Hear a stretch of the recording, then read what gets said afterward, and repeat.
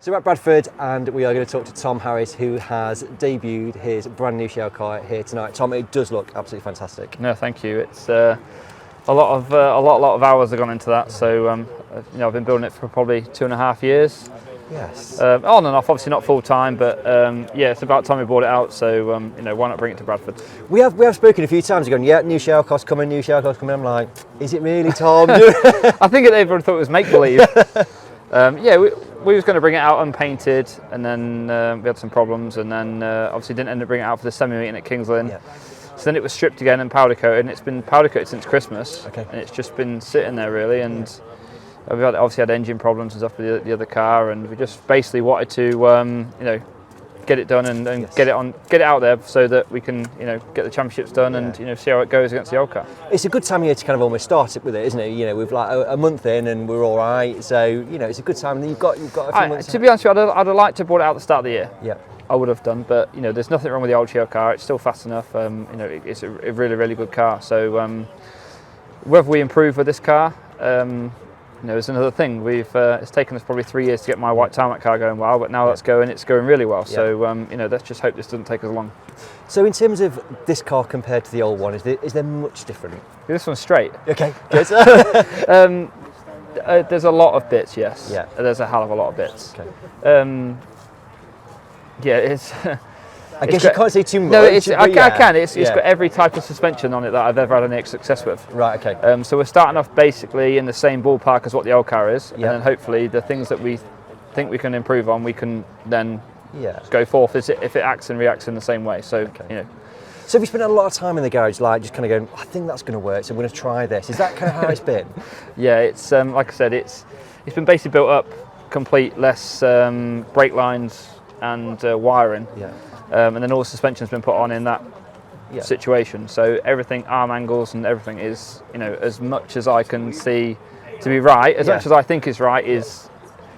And obviously Cecil's given me a massive hand. And like I said, massive thanks to Jamie for giving me the opportunity to build a fantastic car like this. And the colour scheme. I like black cars. I think they look mean and like they look like a stock. Do you know what I mean? A stock car needs to be black almost. It's it's a pain, isn't it? Like my tarmac car's white, and every time you touch it, you put a greasy fingerprint on it. And then this one's black, and every time you touch it, you scratch it. So you can't win. But actually, it was a surprise. Jamie had spoke to James Rogers, who's done the sign writing, and come up with this design.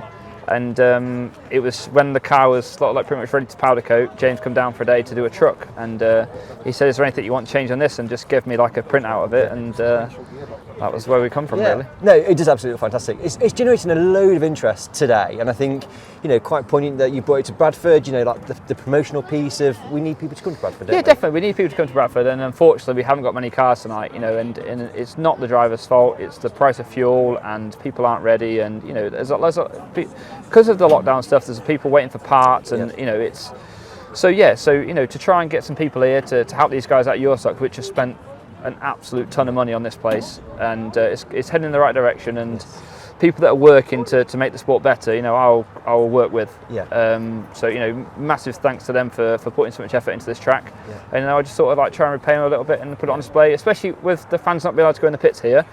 Put it on display for a couple of hours, get the people in and have a look at it, and then we'll take it back and get it dirty. Try not to scratch it. Oh yeah, I've already shouted at them for scratching it when they put it in the truck.